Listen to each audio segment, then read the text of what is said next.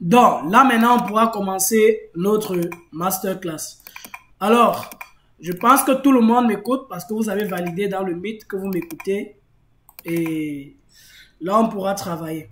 Donc, le nom du logiciel, c'est Bandicam. J'ai écrit en commentaire, c'est Bandicam. Donc, le nom du logiciel, c'est Bandicam. Si tout le monde est connecté, là, on peut lancer. En fait, j'ai prévu pour tous un PowerPoint qui nous permettra de retracer l'ensemble de ce qu'on pourra travailler. Mais comme les gens n'arrivent pas à arrêter tout le monde là, et merci monsieur Ismaël Kedalo, on peut l'avoir sur Get Into PC. Comme tout le monde n'arrive pas à se connecter instantanément et c'est compliqué, chaque fois il faut... Peggy Joël, ce n'est pas le moment de parler. Laissez-moi, je vais introduire. Lorsque je vais passer la parole, tout le monde pourra poser sa question et là, on pourra répondre. Emmanuel, de même, ça ne sert à rien de parler maintenant. Donc, on va ouvrir notre PowerPoint que j'ai préparé pour vous. Alors, notre travail n'est pas de se bourrer la tête. Ici, notre objectif, c'est de faire ensemble que nous puissions comprendre les couleurs, en fait. On doit comprendre les couleurs et on va améliorer notre façon de travailler nos conceptions graphiques. Il est de même pour les peintres, il est de même pour les designers, de web designers, il est de même pour les graphic designers et tout autre designer, même les designers d'intérieur, même les sapologues en fait. Donc notre masque, c'est la gestion des couleurs, particulièrement dans le design graphique. Mais tout le monde qui ne fait pas forcément le design graphique peut profiter. Donc, on va aller directement en fait. Notre programme n'est pas très long, il est court et il est précis. On va aller directement. Avant de pouvoir entrer dans le sommet ou bien raconter du n'importe quoi, on va d'abord premièrement aborder ce que c'est que la notion de couleur en fait. On va aborder ce que c'est que la question de couleur. Peu importe là où tu vas aller, peu importe où tu vas chercher, la couleur est la perception visuelle d'un aspect, de l'aspect d'une surface ou d'une lumière en fait. Ça veut dire quoi? Quand on dit déjà qu'il y a couleur, ça veut dire qu'il y a lumière. Comme par exemple, on prend notre deuxième définition qui est en bas. La couleur est la qualité de la lumière envoyée par un objet et qui permet à l'œil de le distinguer d'un autre objet. Ça veut dire que quand il y a déjà un truc que l'œil voit la lumière. Pour ceux qui ont fait physique, ils comprennent. Quand l'œil regarde, l'œil émet une certaine onde lumineuse et il y a un retour en fait. Ça veut dire donc quoi? Ça veut dire quand il y a le noir c'est l'absence de lumière. C'est d'abord la première des choses qu'on va comprendre. Et quand moi je vais expliquer, je vais directement faire l'allégeance avec Photoshop pour aller vite en besogne parce qu'on n'est pas ici pour faire trop de théorie et autres, on est ici pour pratiquer. Ça veut dire que quand j'ouvre mon Photoshop, je vais créer un nouveau projet. Quand je crée un projet, peu importe la taille que je définis, la couleur d'arrière-plan des autres reste en blanc. Mais pour moi, j'aime mettre ma couleur d'arrière-plan en noir. Parce que quoi? Parce que je commence mon projet en l'absence de lumière en fait. Vous comprenez maintenant? Ça vous permet déjà de mieux comprendre notre définition de la couleur. La couleur est la perception visuelle de l'aspect d'une surface ou d'une lumière. Ça veut dire que quand je commence mon Photoshop, le fond est toujours en noir parce que là, je n'ai pas de lumière. Maintenant, si je veux commencer à designer mes éléments, si je veux mettre un rectangle par ici, j'ajoute de la lumière par exemple, là, j'ai commencé mon travail. Vous voyez déjà, mon travail est plus inspirant. Pour moi, c'est plus inspirant en fait. Ça me permet de travailler plus rapidement parce que j'ai commencé un travail quand il n'y avait pas la lumière. Je ne reçois aucun écran, sauf si j'ai un problème de connexion. Alors, monsieur Christian Momo dit qu'il ne reçoit aucun écran. Est-ce que les autres reçoivent l'écran? Validez en commentaire, s'il vous plaît. Là, Christian Momo va comprendre que son problème est chez lui.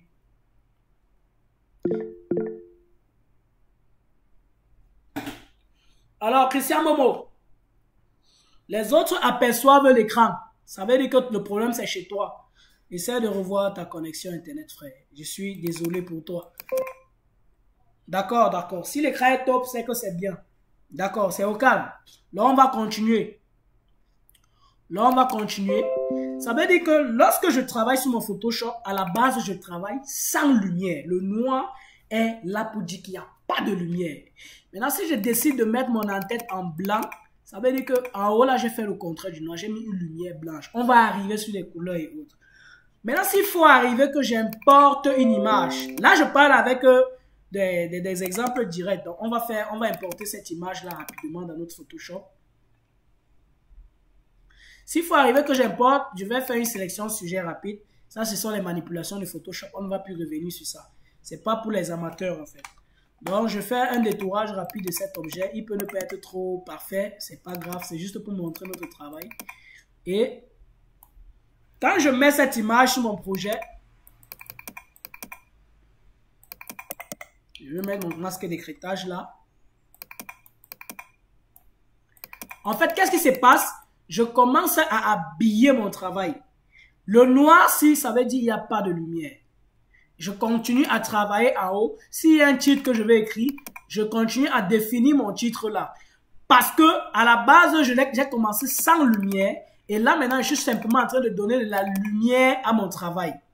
Bon, je ne sais pas si on se comprend. Ça veut dire, c'est rien. C'est trop facile de commencer un travail avec des couleurs, à couleur blanche. Mais moi, je te conseille en tant que designer, quand tu commences un travail, commence en majorité en l'absence de lumière. Ça va t'aider sur plusieurs points.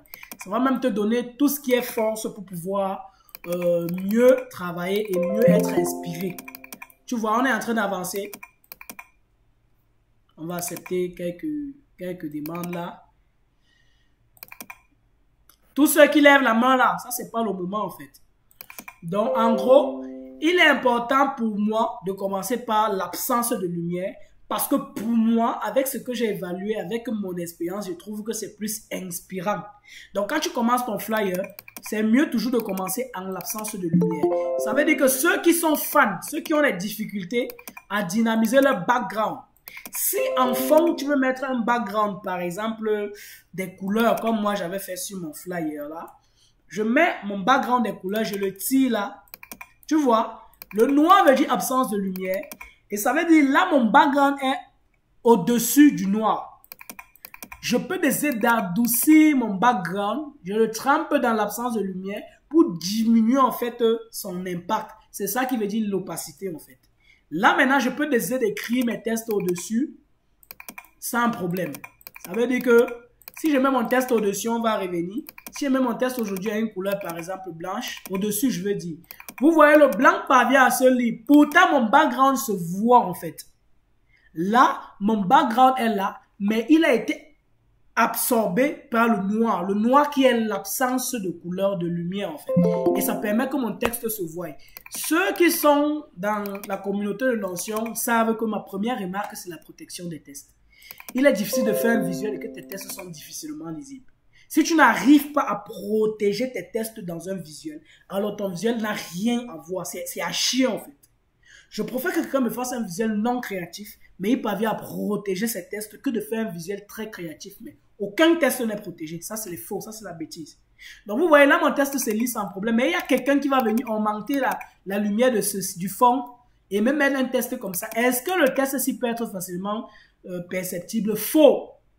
C'est pour ça que quand ton test est en danger, tu le protèges directement en diminuant l'opacité de ce qui est derrière. Ou bien, si tu veux toujours que ton fond soit fort, en créant celui qui a activé son micro, là, désactive, s'il te plaît. Oh, ça, c'est quoi ça? Donc, ou bien, celui qui veut toujours que... Celui-là ne comprend pas. C'est même qui ça?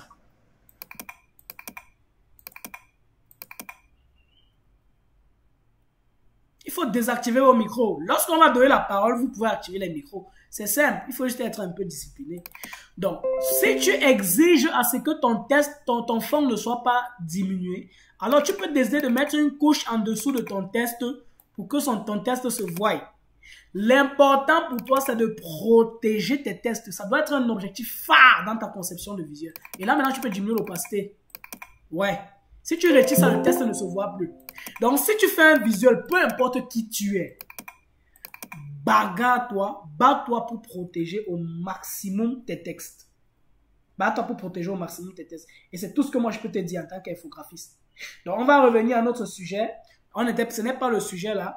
Donc, si on revient à notre question de qu'est-ce que c'est que la lumière, alors la couleur est la perception visuelle d'un aspect. Ça veut dire que quand tout ce que tu vois noir, ça veut dire qu'il n'y a pas de couleur. Mais quand tu vois déjà ça a une couleur, c'est un élément autre que le noir, ça veut dire qu'il y a la couleur. Là, c'est tout ce qu'on peut retenir là sur la couleur. Maintenant, quand on va arriver dans notre sommet, là, on est à l'introduction sur la gestion de couleurs. En réalité, nous sommes des designers et on fait des visuels chaque jour. Et quand un client vient vers nous, ceux qui sont spécialisés dans la conception d'identité visuelle ou bien d'identité graphique, vous devez comprendre que quand le client vient vers nous, le client a besoin de nous écouter. Et ça fait partie de la première phase de conversion du client.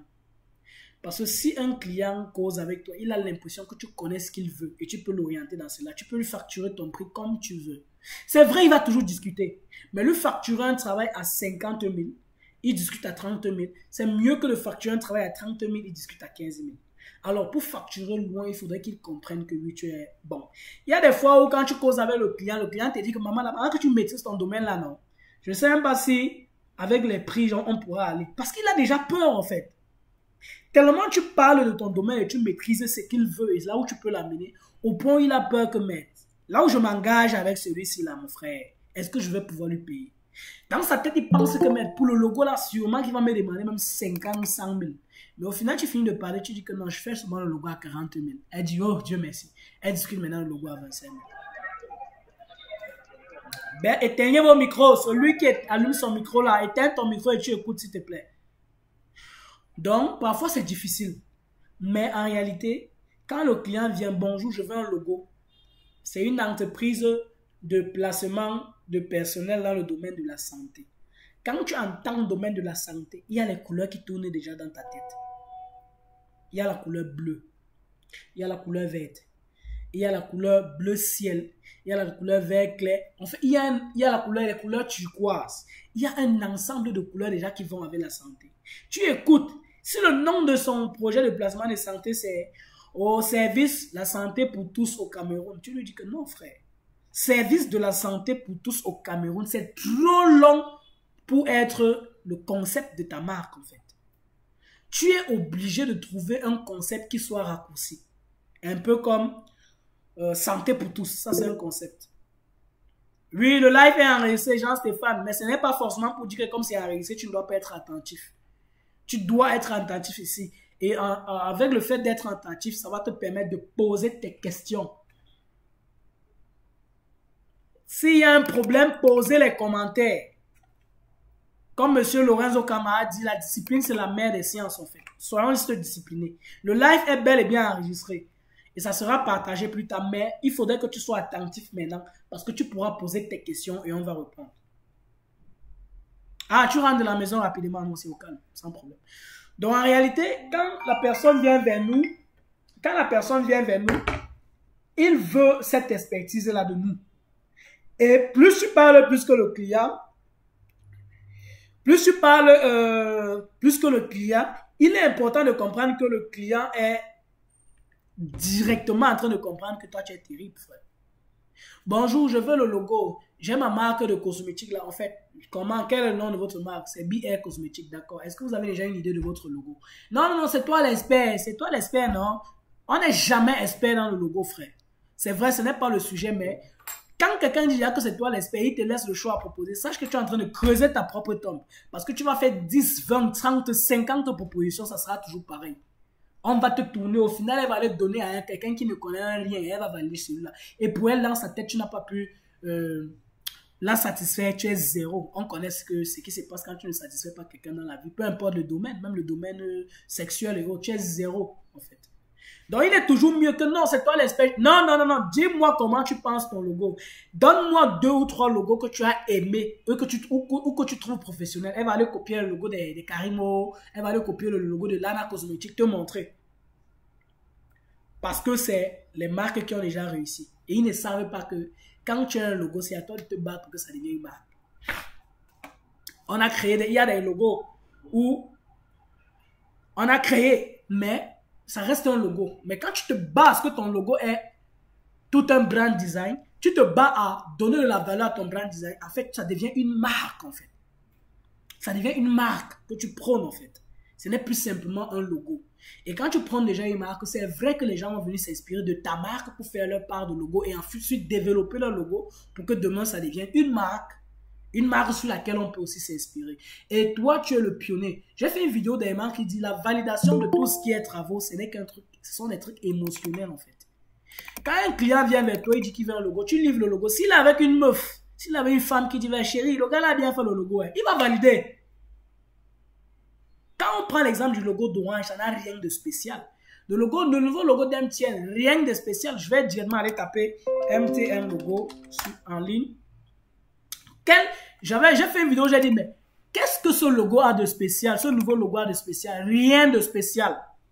Les gens même sont allés sur les réseaux sociaux définir même comment on a conçu ça avec les nombres d'or, les nombres normalisés, les cercles d'or. Non, c'est faux. Ne nous trompons pas. Ça, c'est une ellipse de façon ovale où on a mis un contour et à l'intérieur on écrit MT et N. Si tu identifies la police de MT et N, c'est le logo, non? Mais pourquoi?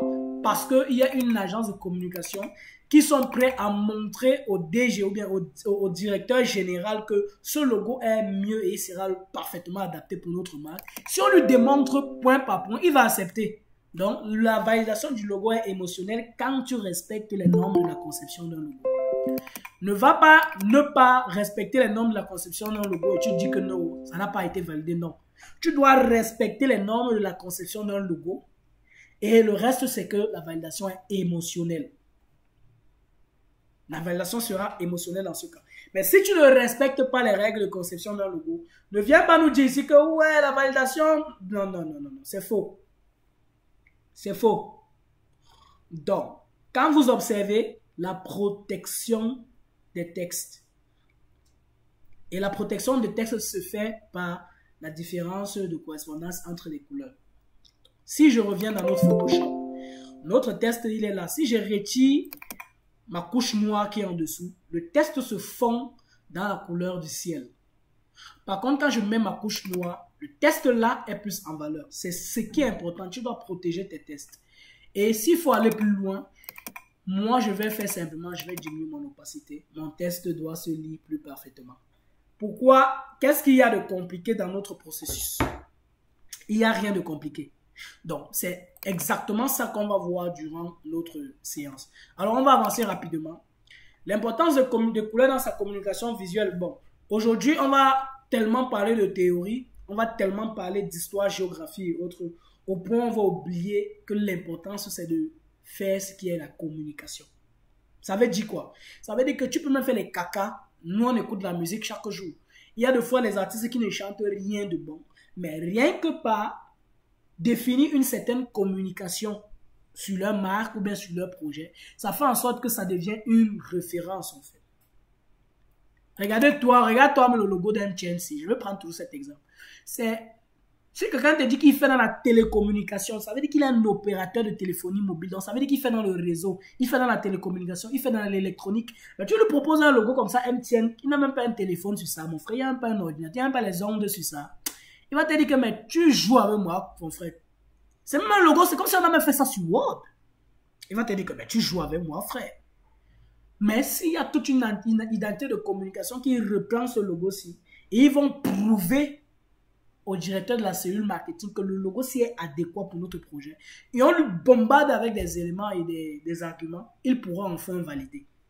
Ça veut dire que lorsqu'on fait notre logo, alors après, rassurez-vous, celui qui va nous permettre de valider, c'est notre client. Notre communication. Je vais prendre, j'ai vu mon logo là. Je vais ouvrir le logo de HK Management que vous pouvez voir ici. Ce logo-ci, c'est un logo que j'ai fait quand j'étais encore amateur. Sinon, c'est vrai.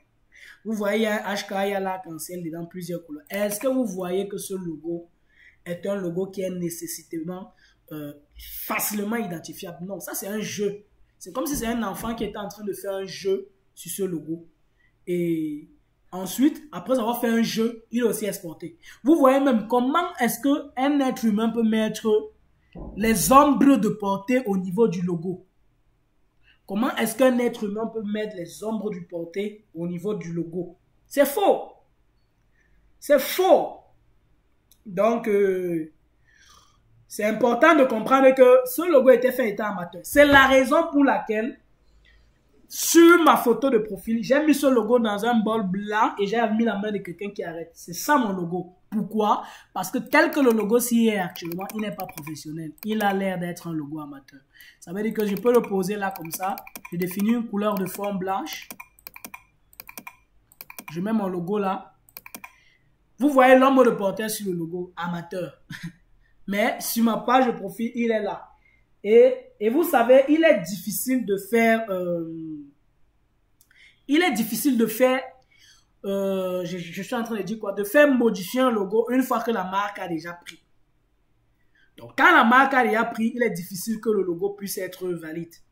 Il est très difficile que le logo puisse être valide.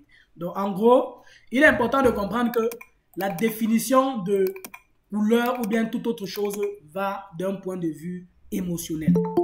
La validation de logo va d'un point de vue émotionnel. Ça, c'est pour les logos. C'est vrai, on est dans les couleurs, mais je fais déjà cette parenthèse-là avec les logos. Le flyer, ce n'est pas émotionnel, frère. Si tu fais un flyer qui est bête, ça se voit direct que tu es bête. On peut ne pas valider, on peut valider. Mais le logo, gars, le logo, quelqu'un peut te dire que son entreprise, c'est Alphonse Consulting. Tu fais seulement un A bizarre là, il valide. Une autre personne va faire un A dessiné comme un sorcier, il ne va pas valider. Parce que tu as peut-être utilisé les techniques marketing qui lui permettent de valider ce logo. Alors, je vais aller dans notre programme. Donc, ça veut dire que quand un client te dit, je veux un logo, ma marque, c'est dans le conseil de jeunes filles sur la sexualité. Déjà, quand tu entends le concept, conseil des jeunes filles sur la sexualité, ce qui se passe, c'est que tu entends douceur. Voilà. Ce que je suis en train de dire, c'est que tu entends parler de douceur. Tu entends amour. Tu entends intimité. Maintenant, c'est comme moi je faisais avant quand je ne connaissais pas encore les couleurs. Je partais sur Google, tu tapes couleur intime. Donc, ça veut dire que je tape dans Google couleur intime. Bah, j'écris couleur intime. Tu as vu, Google me présente les couleurs qui entrent à l'intimité. On est clair, les couleurs qui entrent à l'intimité, il y a le rose avec ses nuances. Il y a le violet clair, donc qui tend le rose. Tu vois un peu. Tu vas voir, voilà les slips. Ça, ce sont des couleurs intimes. Ce sont des couleurs qui sont plus liées au féminisme. Tu as vu rose pastel. Tu as vu un gris pâle. Là, c'est encore un rose clair. Ça, c'est un rose bordeaux. Ce sont des couleurs qui sont plus intimes. Quand je faisais ça, je pouvais maintenant adapter mon projet et le projet de ma cliente en fonction de ces couleurs. Si quelqu'un vient vers moi et dit qu'il veut faire un cabinet de consultation dans le domaine de l'industrie agroalimentaire, je n'ai même pas besoin de chercher. Je partais avant sur Google, je tapais couleur agroalimentaire. Quand je tapais sur Google, il y aura le vert, il y aura le bordeaux, il y aura l'orange, il y aura le rouge. Moi, je sais déjà mes couleurs. Quand tu vois, il te montre les fruits, si c'est que c'est bon. Tu as déjà même vu. Il y a le jaune, il y a le rouge, il y a le vert. Donc, quand tu regardes, tu peux même aller plus loin. Tu tapes couleur, voilà, pour mieux choisir pour les aliments. Tu as vu? Tu n'as pas besoin que Google te présente directement les couleurs, non. Mais Google te présente des visuels qui sont nuancés à cela. Tu as vu la couleur vert foncé, vert citron, jaune, orange et on va dire rouge clair. Le rouge, c'est spécialement associé à la consommation, au repas. Moi, je tapais comme ça et ça me permettait d'auditer mon client. J'ai dit au client que non. Pour ton domaine agroalimentaire, il est important de travailler avec des couleurs rouges. L'orange, c'est une couleur qui est douce, qui dit la jeunesse, qui transmet l'énergie. Le vert vient encore accentuer cette énergie-là. Alors, tu définis ça. Quand tu parles au client, tu lui expliques pourquoi tu choisis telle couleur. Quand le client dit que oui, sa marque de restaurant sera manger et faites-vous plaisir. Tu lui dis que non, c'est trop long pour être retenu. Quelqu'un m'a dit j'étais à manger et vous faire plaisir, c'est trop long. Il peut dire à son ami, j'étais au restaurant le plaisir de manger. Que yo bro, on arrive là-bas au plaisir de manger, donc voilà. Mais non, pas bro, on arrive là-bas au restaurant manger et vous faire plaisir. Non, c'est plusieurs syllabes. Trouvez toujours entre 3 et 5 syllabes. Le plaisir de manger, c'est un restaurant. Et ça peut être adapté pour ta marque, en fait. Vos micros doivent être coupés. On va donner la parole plus tard. Le plaisir de manger, c'est un restaurant. Ou bien SOS repas. Ça, c'est quand quelqu'un veut faire un business pour livraison de repas à domicile. Il dit que sa marque doit être... Faites-vous un repas chez soi. Ou bien, je commande et je mange. Éteignez vos caméras, s'il vous plaît. Allez vous Fréjus ou c'est quoi là. C'était là-bas. D'accord. Donc, quand quelqu'un fait sa marque de restaurant, commande et mange. Ça, c'est une marque. Mais quand il vient vers toi, le designer, il donne le nom de sa marque. Tu dois l'auditer, même si au final, tu vas faire avec le nom qu'il t'a donné, non. Chez nous, au Cameroun, on appelle ça le monchon, en fait. Tu dois monchoriser le client pour qu'il sente que tu connaisses ton domaine. Tu dis, mais pourquoi ton travail, c'est... ta marque de livraison de repas, c'est commande et mange. Ou bien commande et mange chez toi. Non. Tu peux seulement dire que ta marque de restaurant, de livraison doit être SOS Repas. Wow, c'est plutôt cool. SOS Repas. Ou bien SOS Food. Tu lui crées un logo SOS Food pour dire oui, tu commandes en ligne, ton repas vient te trouver à la maison. Il va valider. Il va dire non, c'est plutôt cool. Lui, il va dire non, c'est cool, mais je préfère qu'on reste sur ma part. C'est cette discussion que vous avez sur son projet qui fait en sorte que tu peux, plus tu discutes, plus tu le convaincs, plus il te met à une certaine hauteur. Donc, quand tu factures un prix, il ne peut plus te faire descendre. Mais oui, je veux un logo, d'accord. Qu'est-ce que vous êtes le logo? Mon logo, c'est la marque de cosmétiques, tel, d'accord. Je peux avoir l'orthographe, je peux avoir le slogan, je peux avoir les couleurs, d'accord. Je vous fais votre logo dans 3 jours, c'est bien. Le prix, c'est combien? J'ai fait le logo à 30 000, madame. Non, 30 000 comment? J'avais payé peut-être 10 000. Non, d'accord, bonne journée. Je ne pense pas que je vais te faire le logo à 10 000, mon frère. Les autres font ça plein à 10 000 sur Internet. Bonne journée à vous, monsieur. Je ne sais pas quel design que vous devez faire, vous devez facturer le logo à 30 000. Elle va aller sur Facebook, elle va toujours trouver quelqu'un qui va faire ça en 10 000. Il y a toujours les gars qui vont faire ça en 10 000. Il y a toujours des gars qui font faire ça à 10 000. Parce que tu ne prends pas le temps de causer avec la personne. Donc, revenons à notre projet. Et il y a aussi des gens qu'on va dire, ça, il va faire des séances de travail avec ses clients, bavarder avec ses clients. Plus tu bavardes sur un projet, plus ça fatigue même. Sois juste pragmatique sur ton procédé quand quelqu'un te contacte. Soit la personne là qui commente avec lui ses couleurs. S'il choisit 3 ou 4 couleurs, ne lui dis pas non, c'est 3 couleurs minimum pour ton logo. Faux. Si la personne commence